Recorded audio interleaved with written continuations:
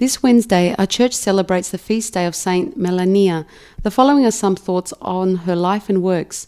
Saint Melania was born to a highly successful tycoon named Publicola, whose wife Albina chose to name her Melania after her mother, a name which they were certain would be reckoned with, but not in the manner they anticipated.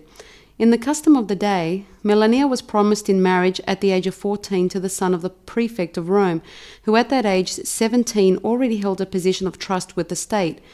It was taken that Melania balked at that proposal, not because she had any objections to the young man, but because she had taken Jesus Christ so much to her heart, she wished to serve him only, even if it meant losing her legacy.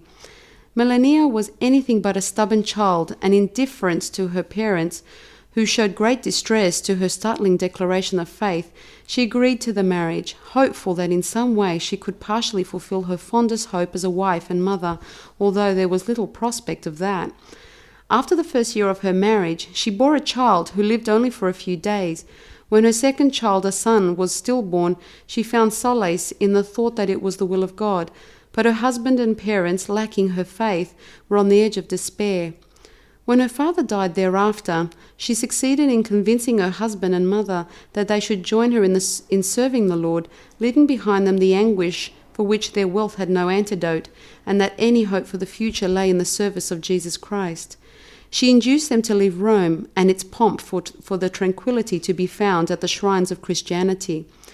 Not until she was about to leave Rome did Melania realize the extent of the family wealth, which included properties and immense estates not only in Italy but in Spain, Britain, and islands of the Mediterranean.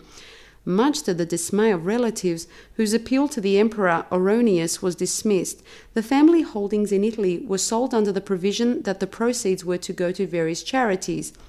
After travelling to Carthage, where she disposed of a small holding, Melania, at the age of 34, settled in Jerusalem to be near the tomb of Christ.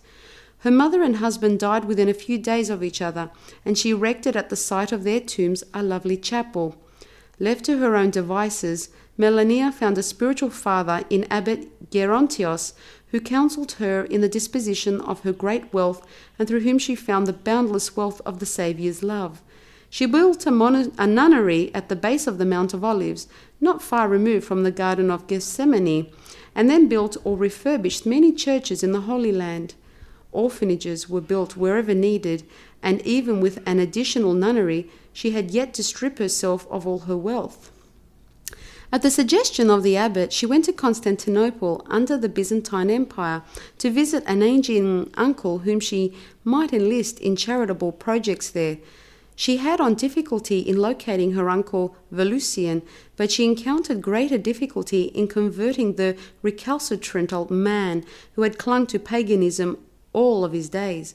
When the uncle was made at last to see the truth, he was converted to Christianity, and he lived out his remaining days in the peaceful company of his niece, who busied herself with the distribution of the remainder of her wealth. After the death of her uncle, and feeling her own health to be failing, Melania returned to the Holy Land. Having lived simply with a meagre wardrobe, she died at the age of 56 in 439, from which date she had been venerated by the Orthodox Church. Some 1,500 years later, on the 31st of December 1908, she was officially recognized by the Roman Church as well.